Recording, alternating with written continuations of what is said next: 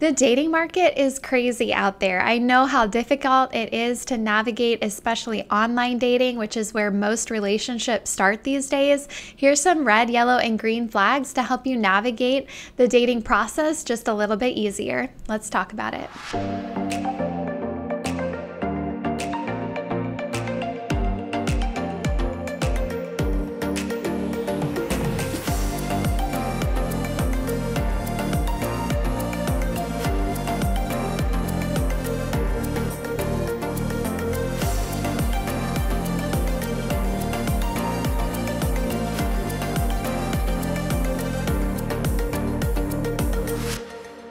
Hey, what's up, ladies? Welcome to Her Journey with God. I'm Sarah, and today we're talking about red, yellow, and green flags in dating.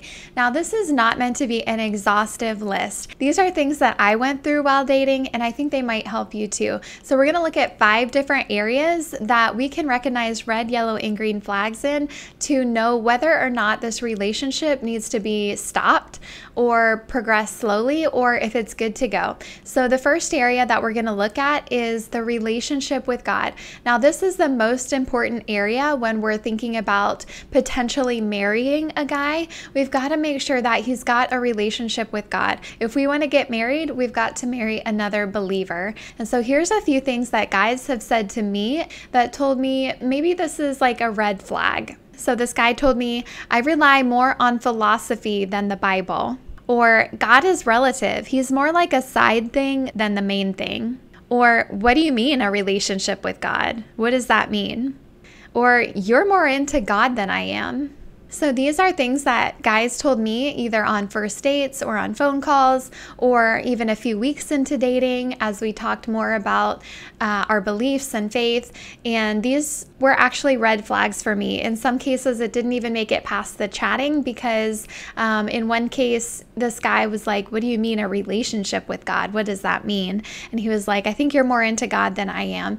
And so you've really got to clarify what a relationship with God looks like for someone, whether he has faith in Jesus, whether he has that saving faith in Jesus, because that's the most important aspect of your relationship, is that you both are believers. If a guy says any of these things to you, it should probably be a red flag that makes you stop and think, does this person even have a relationship with God? Does he really know Jesus? Has he given his life to the Lord?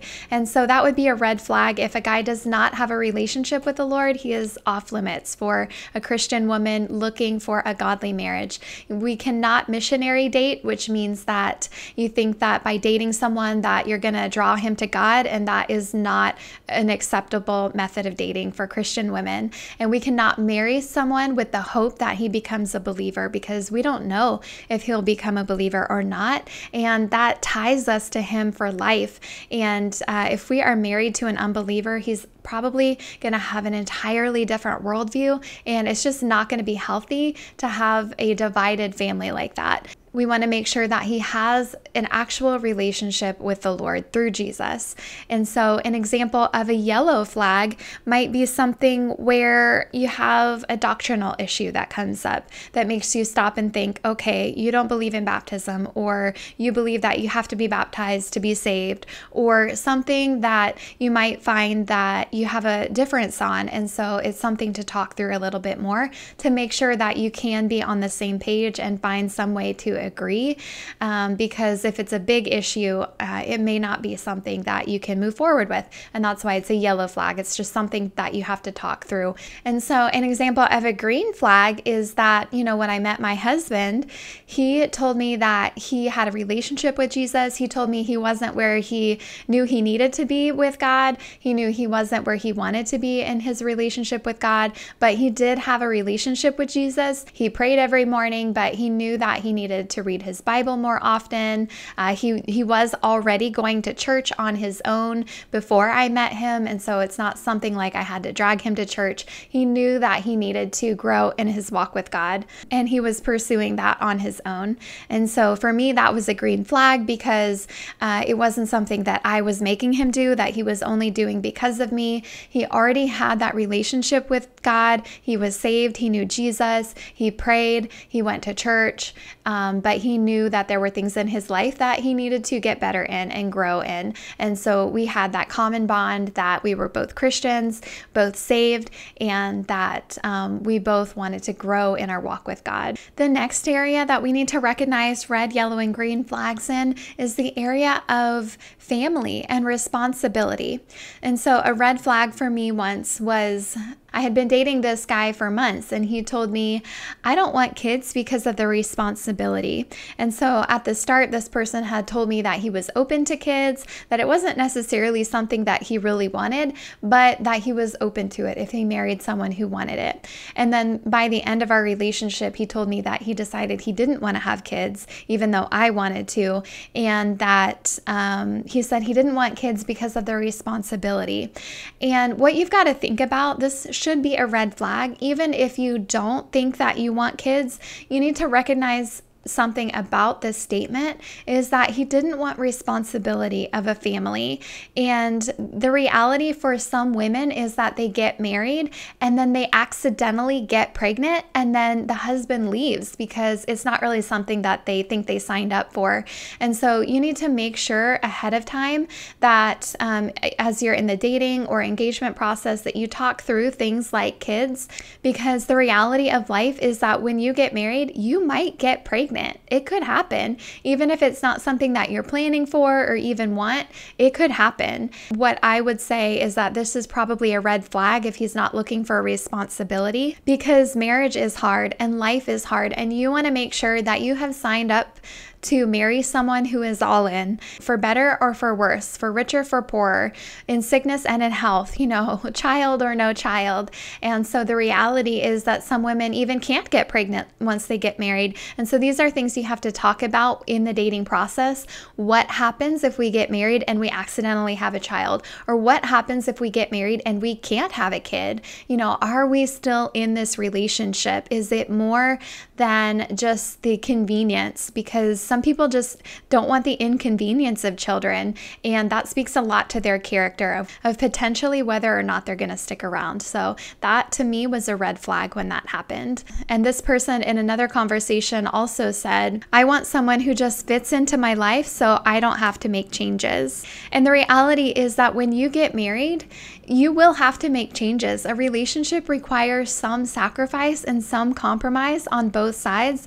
And what this person was telling me is that he wanted a really easy life. He didn't want things to have to change. He didn't want to have to give up, seeing his friends all the time or doing a lot of guy things. And while there is a place for friendships and other relationships in a marriage, the reality is things change. You may not see your friends as often because you're going to be having dinner with your husband at home. You're going to be cooking. You're going to be going to see their family on holidays, things like that. And so there is change when you get married. And to say that he didn't want someone to change, he wanted someone that would just fit into his lifestyle, it says that he wants someone else to have to change for him, and he's not willing to do that. And so that should be a red flag.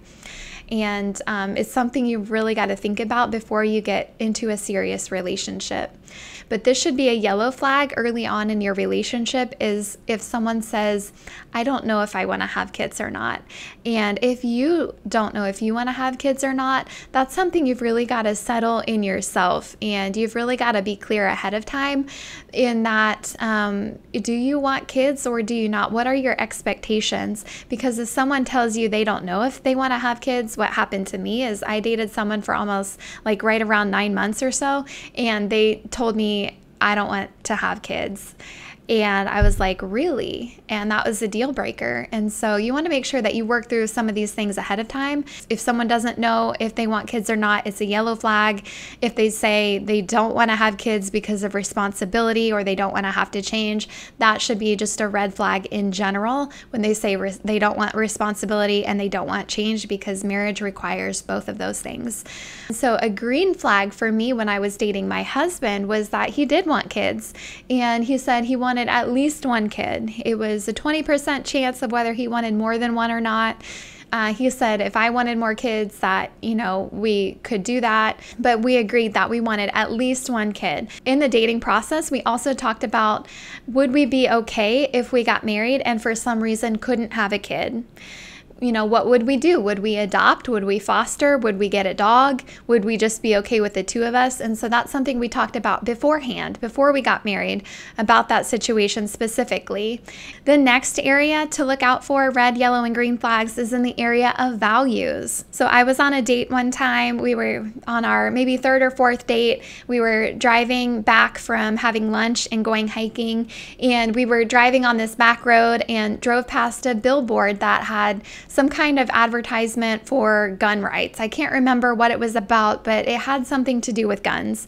And we got on the conversation of gun rights and would you have a gun or not? And I said, oh, I went on a firearms safety training retreat once, with some friends, and it was a really good experience. I learned how to use one in the event that I ever have to. And, I feel comfortable holding one if I ever had a situation where I had to do that. And he did everything but screech the tires and stop the car. And he was like, next thing you'll tell me you'd voted for this person. And I said, yeah, I voted for that person. And he was like, oh my gosh, I wish you had not told me that. And so going into dating, I never thought that politics would be a big deal because it's never been a big deal to me. But as I was on that date, I realized politics can actually be a really big deal for some people. And so this is something that you have to talk about. What do you believe about gun rights or abortion? Or would you be okay living with a person before you get married or dating And I was like, I couldn't live with someone before getting married because of my, Christian values.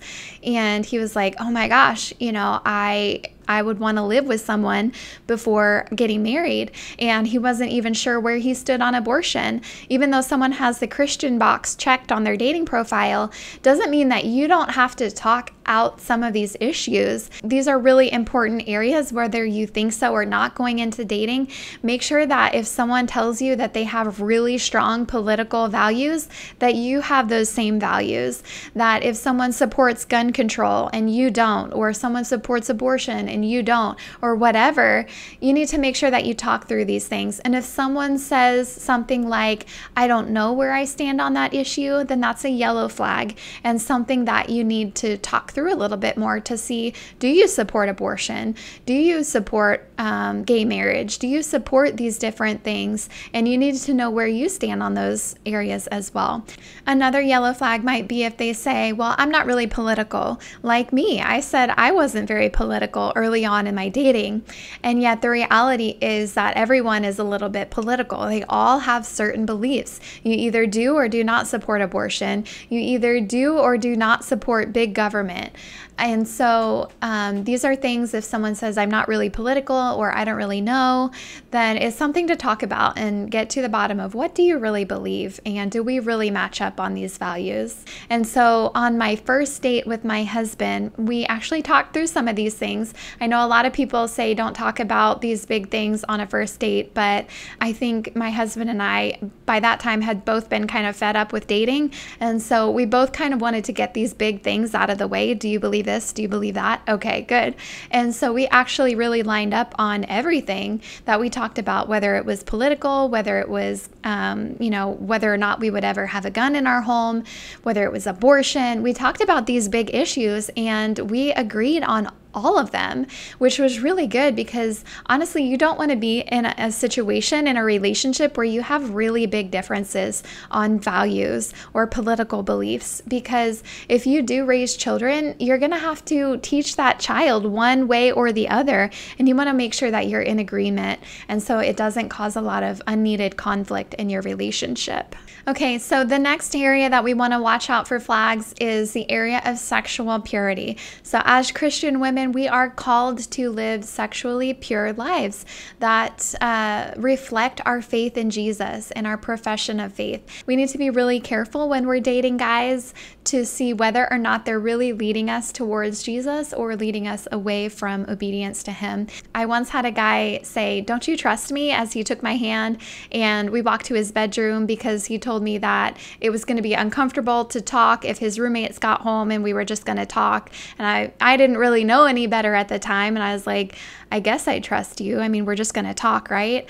And the reality was no, that was not his intention. And so that brought up the question question. I asked him, okay, what do you believe about sex before marriage? And he told me, well, things don't always go the way that God intends. And that was obviously the wrong answer. And so that didn't work out. But that was a red flag, because the reality is that we as Christian women are looking for a husband who's going to be the leader of our household, the head of our household.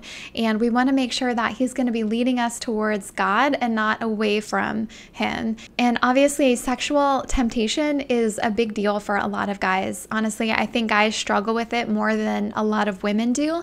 And, we see even King David in the Bible, who was a man after God's own heart. And he fell into sexual temptation when he slept with Bathsheba, who was not his wife and who was a married woman.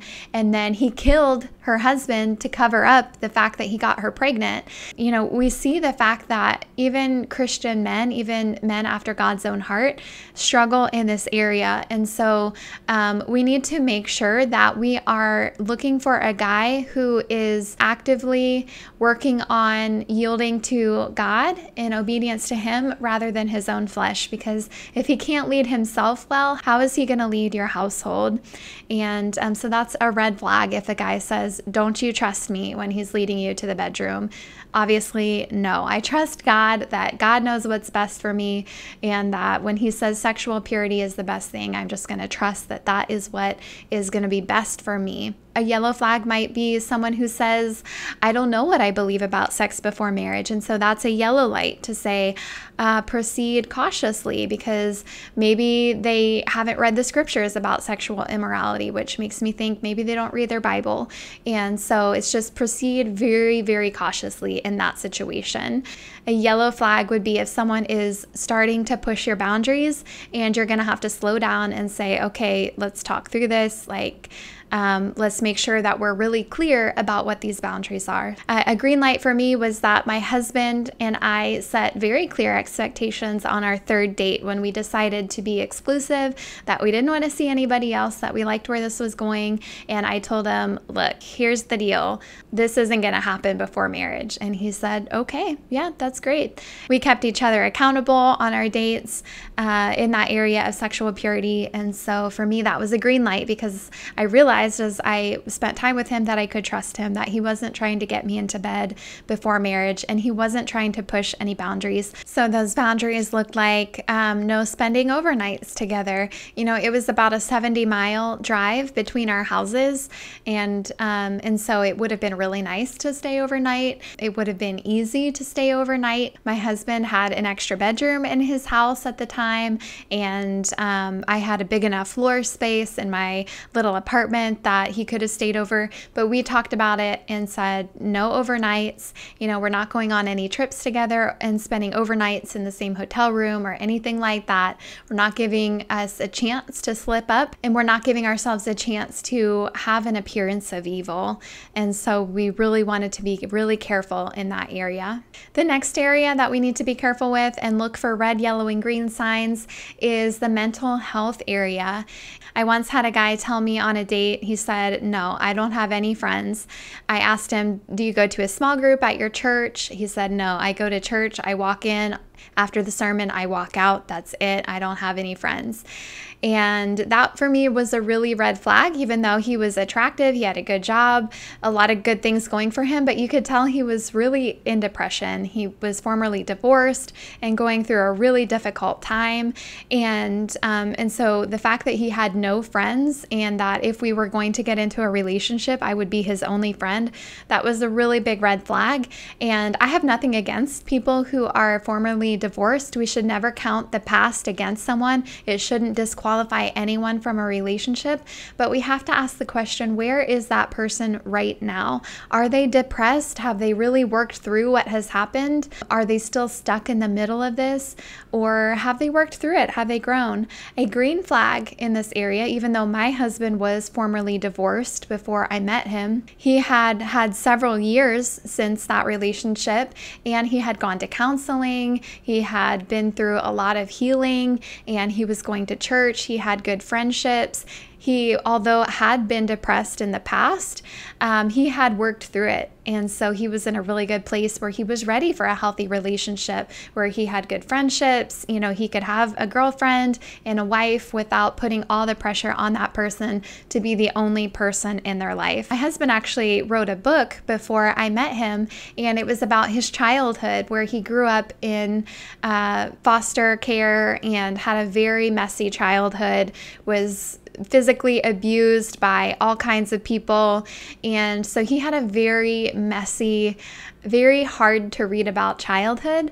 And when I met him, I didn't know that he had, I didn't know his full story. And I never would have guessed that he had been through so much trauma. And so as I read his story later, and of course our second date, he told me he had been divorced and had gone through some things that told me that, wow, he has really healed from his past, because he's just a really nice guy. He's got friends, he's outgoing, he's all of these things. And that to me said that he had healed from his past and was ready for a relationship. A yellow flag might be if someone has had a past and really speaks negatively of it, as if they maybe haven't healed from it. That's just kind of an area to pause and say, okay, have you really healed from this? You know, are you ready for a relationship? You say you're kind of recovering from that, but where are you at right now? So a yellow flag might be if someone hasn't, if you're wondering if someone has really healed from the past based on the negative things that they're saying. So those are some red, yellow, and green flags for 5 really important areas of life. First, the relationship with God through Jesus, making sure that that person has a saving faith and a relationship with God. And then family and responsibility, making sure that that person wants to have a family, is ready for responsibility. And then values, making sure we line up on the big things. Sexual purity, making sure that we are maintaining our boundaries through the dating process. And then mental health, recognizing whether or not this person is ready for a healthy dating relationship. You know, often we put so much emphasis on the non-essentials of dating, like what kind of car he drives, what kind of house he owns or rents, what kind of job he has, whether he has blonde hair, black hair, brown hair, no hair. Does he like hiking or not? Does he like to eat sushi or not?